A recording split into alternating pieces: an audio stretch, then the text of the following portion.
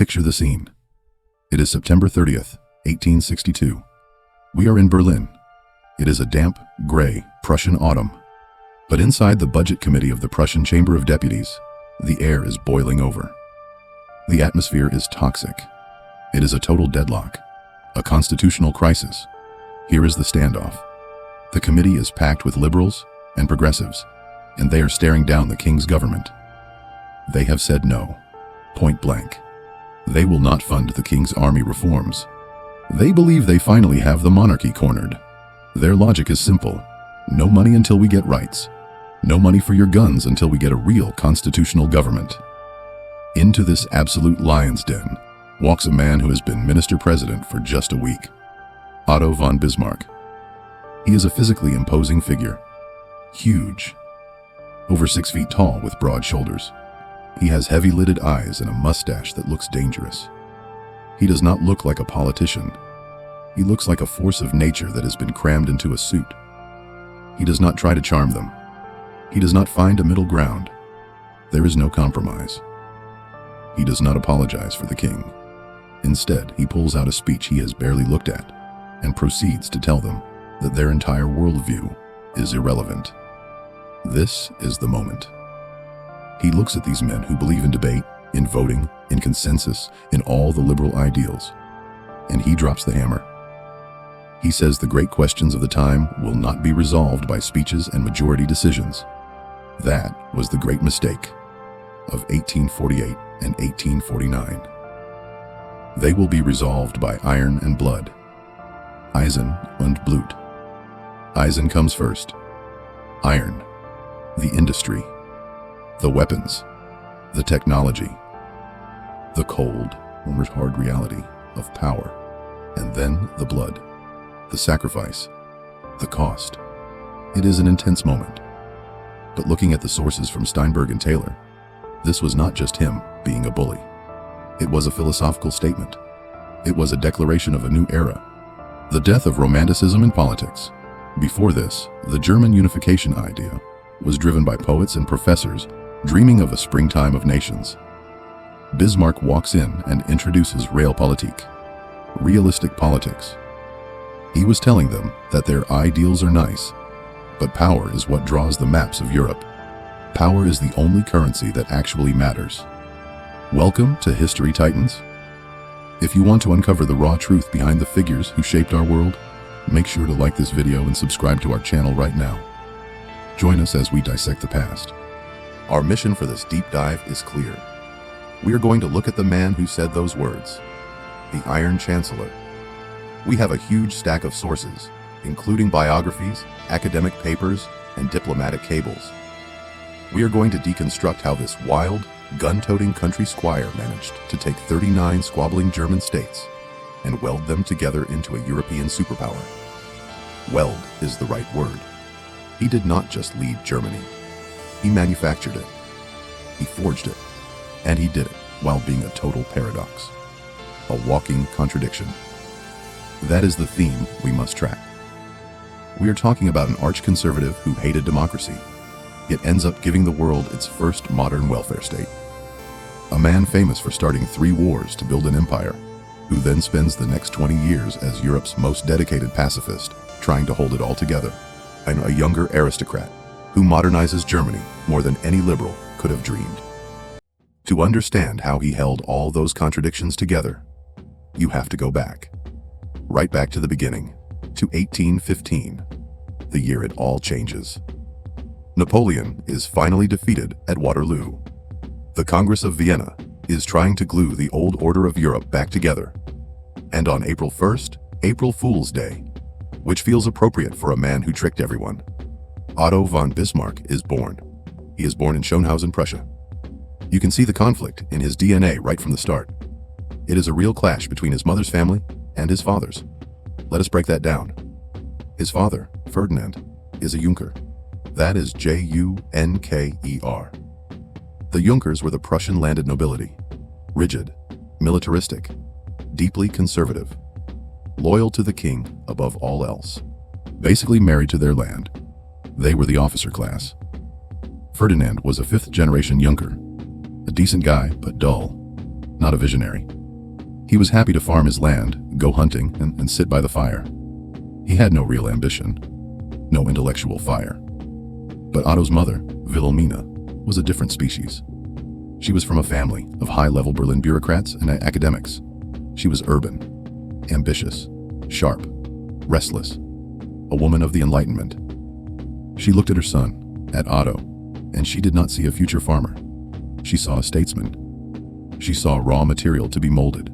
So you have this clash. The blood and soil of the father and the cold intellect of the mother. He wrestled with that his whole life. Emotionally, he was his father's son. He loved the countryside, the hunting, the freedom of the estate. But he had his mother's brain, that sharp, critical, overpowering intellect. The tragic part is that he resented her for it. She did not nurture him. She pushed him. She sent him away to school in Berlin when he was just 7 years old. This was not a cozy boarding school. It was the Plamen Institute.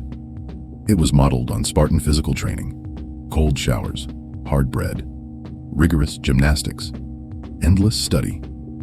He later described it as a prison. He felt abandoned. You can see how that would breed a certain hardness in him, a cynicism about authority, even as he was being trained to become an authority figure himself. He eventually gets out of there and goes to university. First Göttingen, then Berlin. If you looked at his academic record, you would think he was a complete write-off. He was the Mad Junker in training. He joined a student corps, the Corps Hannovera. The Mad Junker, that is what they called him. And his university years explain why. He did not go to study. He went to drink and fight. The records say he fought something like 25 duels. That is not a hobby. That is a lifestyle. He was good at it too. Tall, long reach. He only ever took one wound, a scar on his cheek that he wore like a badge of honor. But it was not just the fighting. It was the performance, the rebellion. He was famous for mixing champagne and porter, black velvet, and drinking it in huge quantities. He would wake his friends by firing pistols into the ceiling. Absolute chaos.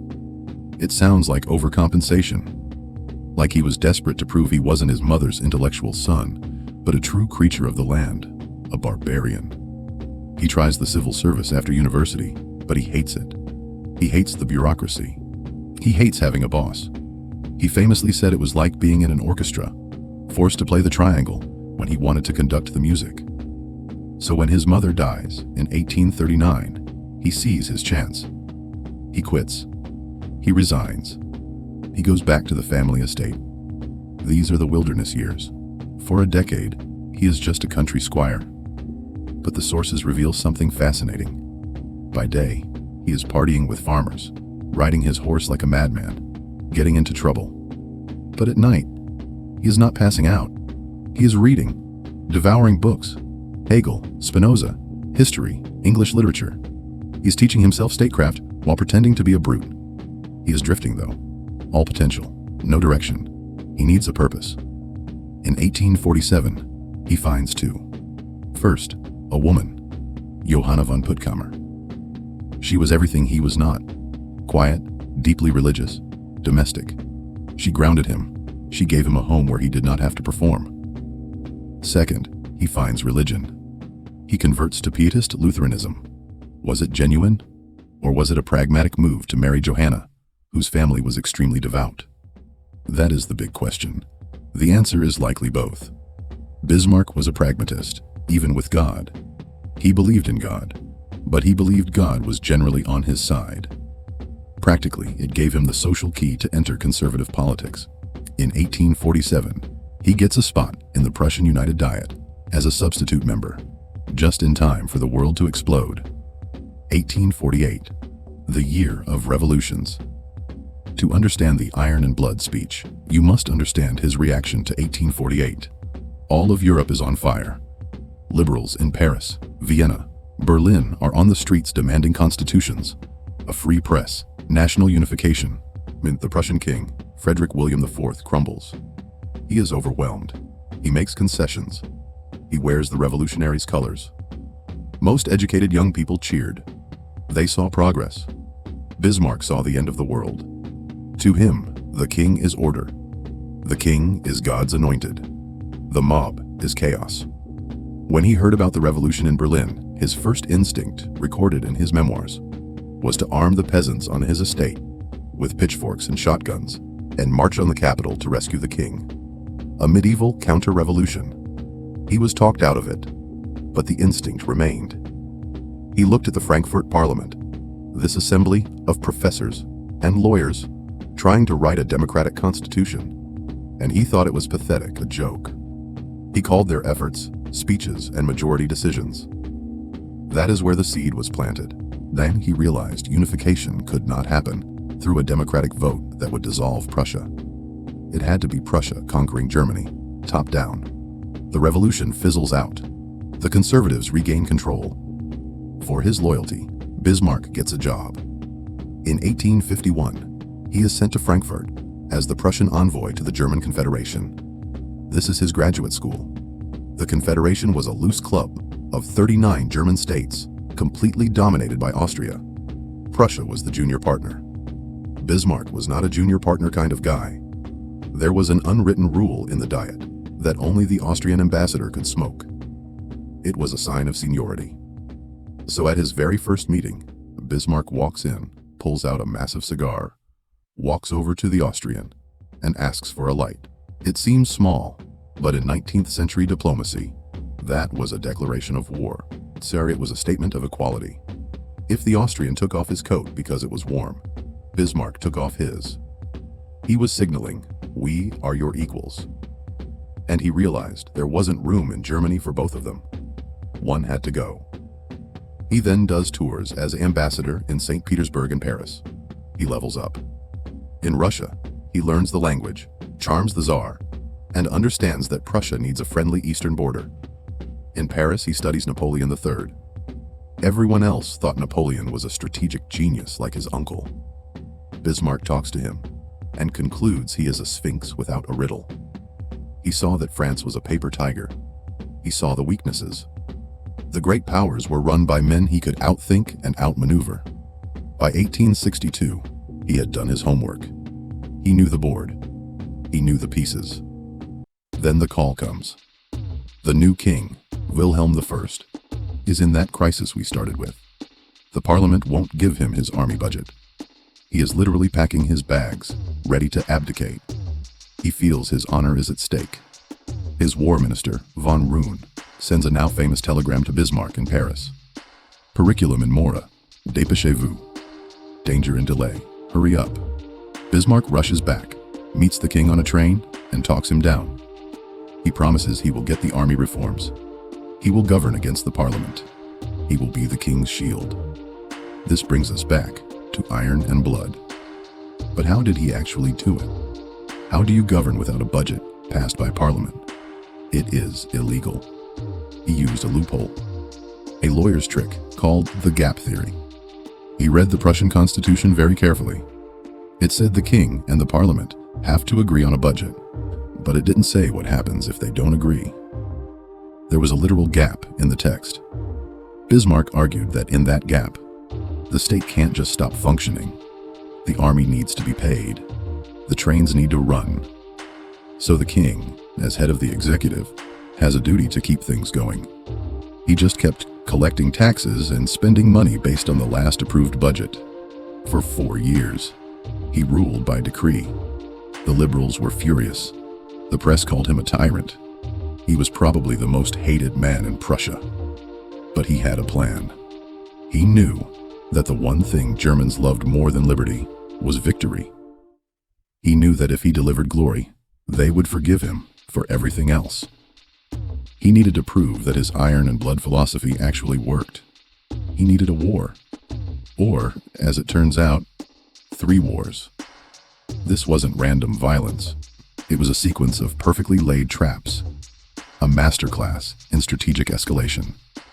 First up, the Danish War of 1864.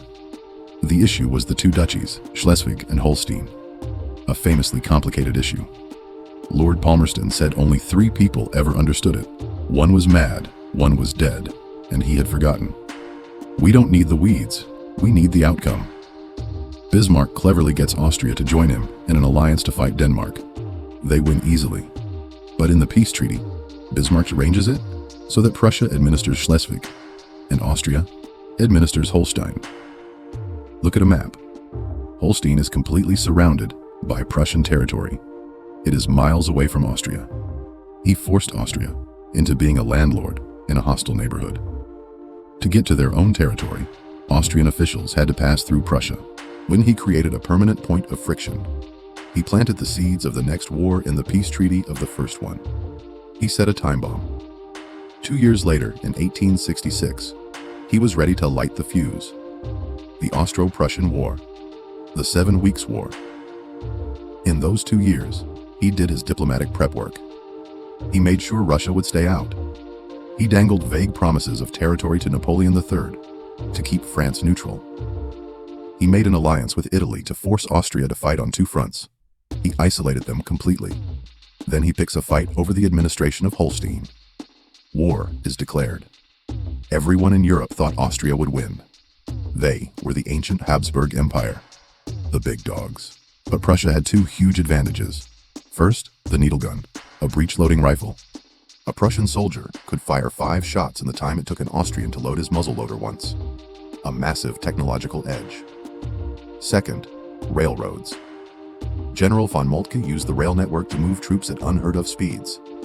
At the Battle of Königgrätz, it is a total rout. The Austrians are crushed. But this is the most dangerous moment for Bismarck. Not the battle, the aftermath. King Wilhelm is ecstatic. He is high on victory. He wants to march his army into Vienna, hold a victory parade, and carve up the Austrian Empire. Bismarck says no. Absolutely not. By his own account, this was the biggest fight of his life. Not against the Austrians, but against his own king. He threatened to resign. He threatened to jump out of a 4th-story window. He wept. He was hysterical. He fought the king tooth and nail. Why? Why not take the victory lap? Because he was already thinking about the next war. He knew he would eventually have to fight France. If he humiliated Austria, took their land, and marched through their capital, they would become a permanent, bitter enemy seeking revenge.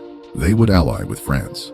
Bismarck needed Austria to be weak enough that they were no longer a rival in Germany, but strong enough to be a potential ally against Russia later. The soft peace. He won the argument. The king backed down. The Peace of Prague was incredibly lenient. Austria lost no territory to Prussia. They just agreed to get out of German affairs for good. Prussia absorbs the northern German states into the new North German Confederation. Now he has the north, but the south, Bavaria, Württemberg, they remain independent. They are Catholic. They don't trust these Protestant Prussians. You can't just conquer them. That would be civil war. They have to want to join. To make them want to join, he needed to give them a common enemy they feared more than they disliked Prussia. He needed France. He needed a national threat. France was the traditional enemy, and Napoleon III was getting nervous about this new powerhouse on his border. Bismarck knew if he could provoke France into attacking, the southern states would rally to the flag out of patriotic fear. He needed to be the victim of French aggression. The opportunity came with the Spanish succession crisis. It leads to the Ems Dispatch. This is his masterpiece of manipulation, almost like a modern disinformation campaign. The Spanish throne is vacant.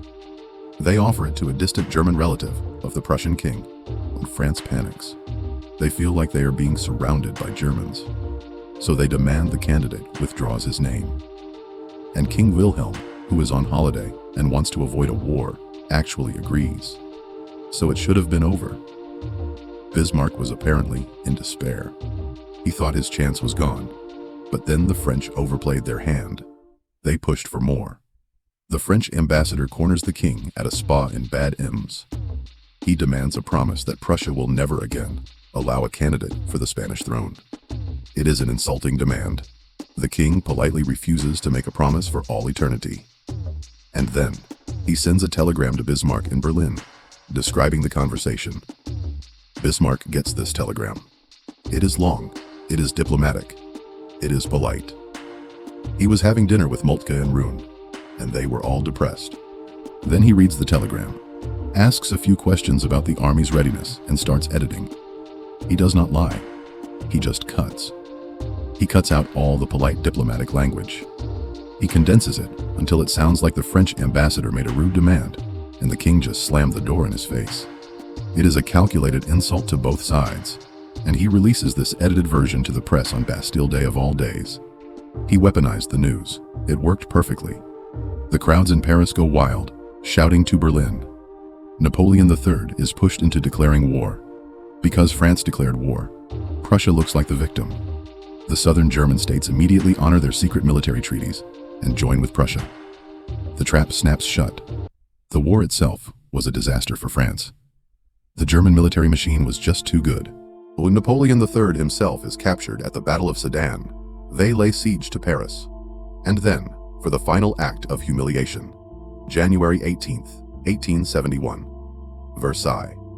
The Hall of Mirrors, the symbolic heart of French power and prestige. In that room, Bismarck has all the German princes gather and proclaim King Wilhelm I as the German emperor, the Kaiser. He creates Germany inside the enemy's palace. It was an insult France would not forget for 100 years. And it shows the difference. He was gentle with Austria because he needed them later. He was brutal with France, taking Alsace-Lorraine because he knew they would never be an ally. So he decided to cripple them instead. 1871. The German Empire is born. Bismarck is the imperial chancellor. He has won. But now, he has to actually run this new country. And this is where the paradox really kicks in. The Iron Chancellor turns his attention inward. He has a unified nation, but he is a man who always needs an enemy.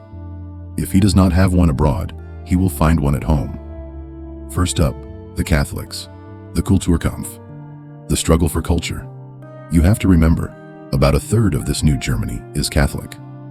Bismarck is a Protestant Prussian. He looks at the Catholic Center Party, and he sees a threat. He asks, is there loyalty to the Kaiser in Berlin or to the Pope in Rome? He sees them as an enemy within, a state within a state. So he launches a full-scale attack. He passes the May Laws, which give the state control over schools and priest appointments. He expels the Jesuits. He arrests bishops. He is trying to break their political power. But it does not work. It backfires completely. Just like any persecution, it strengthens the victims. The Catholics rally around the church. The Center Party gets more and more votes in the Reichstag. And Bismarck, being the ultimate pragmatist, realizes he is losing. He needs the Center Party's votes for his economic policies. So he just stops. He quietly scraps most of the laws and pivots. He makes an alliance with the Catholics against a new enemy, socialists, the Social Democratic Party, the SPD. Germany is industrializing at a crazy pace. Cities are growing, and the workers' movement is getting stronger. Bismarck sees them as dangerous revolutionaries who want to overthrow the monarchy. So first he tries the stick, the anti-socialist laws. He bans their meetings, their newspapers, their unions, police crackdowns. But there is a loophole, a huge one. He could not legally ban them from running for office as individuals. So the SPD leaders could still get elected to the Reichstag and make speeches, even while their party was illegal. The movement just went underground and grew even faster. So the stick is not working. He switches to the carrot. And this is the part of his legacy that is still with us today. To kill socialism, he creates state socialism. It is an incredible move. His motive was purely cynical. He wanted to bribe the workers. He thought if the state provides your healthcare and your pension, you will not vote for the people who want to overthrow the state. So we get the sickness insurance law in 1883, accident insurance in 1884, and the big one, old age and disability insurance, a state pension in 1889. He was decades ahead of Britain or the United States. It was revolutionary. He called it practical Christianity. He created the blueprint for the modern welfare state. But did it work politically? Did it kill the SPD? Not at all. The workers basically said, thanks for the pension, and then went right on voting for the socialists. They took the benefits, but rejected the motive. By 1890, the SPD had the most votes of any party in Germany. So while he is fighting these battles at home, he is also trying to manage the entire continent of Europe. The strategy completely flips after 1871. It is a 180-degree turn. The warmonger becomes the peacemaker. He declares Germany a saturated power. He says, "We are happy. We do not want any more territory." His new job is to preserve the empire he built, because he lives in constant fear of the nightmare of coalitions. That is his phrase for it. He knows France is desperate for revenge. His entire foreign policy for 20 years can be boiled down to one goal: keep France isolated. As long as France has no major allies, Germany is safe. That means Germany has to be friends with everyone else. And that is tricky, because Russia and Austria-Hungary hate each other. They are rivals in the Balkans, so Bismarck becomes, as he put it, a juggler. He has to keep all these balls in the air at once. He creates alliances like the Three Emperors League, linking Germany, Austria, and Russia. But that is incredibly unstable, so he backs it up with the dual alliance with Austria, which becomes the cornerstone. But that makes Russia nervous, so he has to do something to keep Russia on board, which leads to his masterpiece of diplomatic trickery, the Reinsurance Treaty of 1887. It is so complex and, frankly, so duplicitous. He has a public treaty with Austria that says if Russia attacks you, we will help you. But then he signs a secret treaty with Russia that says if Austria attacks you, we will stay neutral. He is promising two opposite things to two different countries. He is promising to be an ally to two enemies. What he is really doing is acting as a circuit breaker. He is ensuring that neither of them can start a war because they cannot be sure of German support. He froze the conflicts of Europe in place. It is brilliant, but it is so fragile.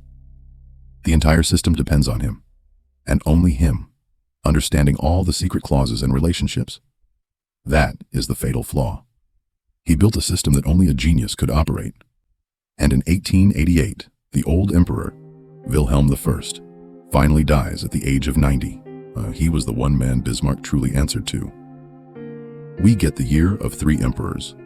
Wilhelm's son, Frederick III, takes over. He is a liberal. Bismarck cannot stand him. But Frederick has throat cancer. He reigns for just 99 days. Then the grandson takes the throne, Wilhelm II. This is a collision waiting to happen. A total clash of generations. Wilhelm II is 29. He is arrogant. He is insecure. He had a withered arm from birth. He is bombastic. He wants to rule. He does not want to be a figurehead, while this 73-year-old chancellor runs everything. They clash on everything. Wilhelm wants to be the people's Kaiser and relax the anti-socialist laws. Bismarck wants to provoke a final crackdown and crush them for good. Wilhelm wants to meet with his own ministers. Bismarck has an old rule, saying he has to be present for every meeting. The friction just builds and builds. Then comes the final straw, the incident with the letter from the Tsar. Bismarck had a letter from the Russian Tsar, which was very critical of the young Kaiser, calling him a badly brought-up boy. In a moment of arrogance or miscalculation, Bismarck shows it to Wilhelm during an argument. He thought it would prove how indispensable he was, how only he could manage Russia. But Wilhelm just sees it as a massive humiliation. He is furious. He feels like Bismarck is treating him like a child. He demands Bismarck's resignation. In March 1890, it is over. The pilot leaves the ship. The world is stunned. Bismarck is forced out of the empire he created. He retires to his estate, bitter and angry. Almost immediately, his delicate system starts to fall apart. Wilhelm II looks at that secret reinsurance treaty with Russia and says this is too complicated. It is dishonest. Let us not renew it. A catastrophic mistake. Because Russia, feeling abandoned by Germany, immediately starts looking for a new partner. And who is the other lonely, isolated power in Europe? France. Within 4 years, they sign a military alliance. The nightmare of coalitions that Bismarck had spent 20 years preventing becomes a reality. Germany is now encircled. The clock starts ticking towards World War I. Bismarck saw it coming. In his retirement, he became a prophet of doom. He gave interviews criticizing the Kaiser. He famously said, "The crash will come 20 years after my departure." He died in 1898. The war started 16 years later. He was pretty much dead on. He also said that the next great European war would come out of some damned foolish thing in the Balkans. He called it. He saw Sarajevo coming from decades away. So when we look back, how do we sum up this colossal figure? The legacy seems so mixed. On the one hand, he is the architect of modern Germany. He created the nation-state. He built the welfare system that we all have today. He modernized the country, but he did it by destroying German liberalism. He taught the German people that democracy was weak, that parliaments were just talking shops, and that true solutions come from a strong leader, from authority, from force. He built a powerful engine, but destroyed the steering wheel and the brakes. He built a system so powerful that only he could control it. And then he handed the keys over to a reckless fool. By making parliaments so weak, he left no institution strong enough to stand up to a dangerous leader. First Wilhelm, and then later someone far, far worse. He centralized power so effectively that he completely unintentionally paved the way for the dictatorships of the 20th century. Here is a final thought for you to think about. Bismarck was, first and foremost, a Prussian patriot. He did not really care about a German identity. He unified Germany to make his beloved Prussia more powerful and secure. But by creating this giant German empire, the state of Prussia was eventually absorbed and dissolved within it. After World War II, the Allies officially abolished Prussia, wiped it right off the map. That is the ultimate irony of the Iron Chancellor. In trying to save Prussia, he may have guaranteed its disappearance. We would love to know what you think. Was Bismarck a necessary evil? The genius who built a nation? Or was he the man who set Europe on the path to ruin? Let us know your thoughts in the comments. And if you enjoyed this exploration of the Iron Chancellor, please make sure you like and subscribe to History Titans. Thanks for listening. We will see you next time.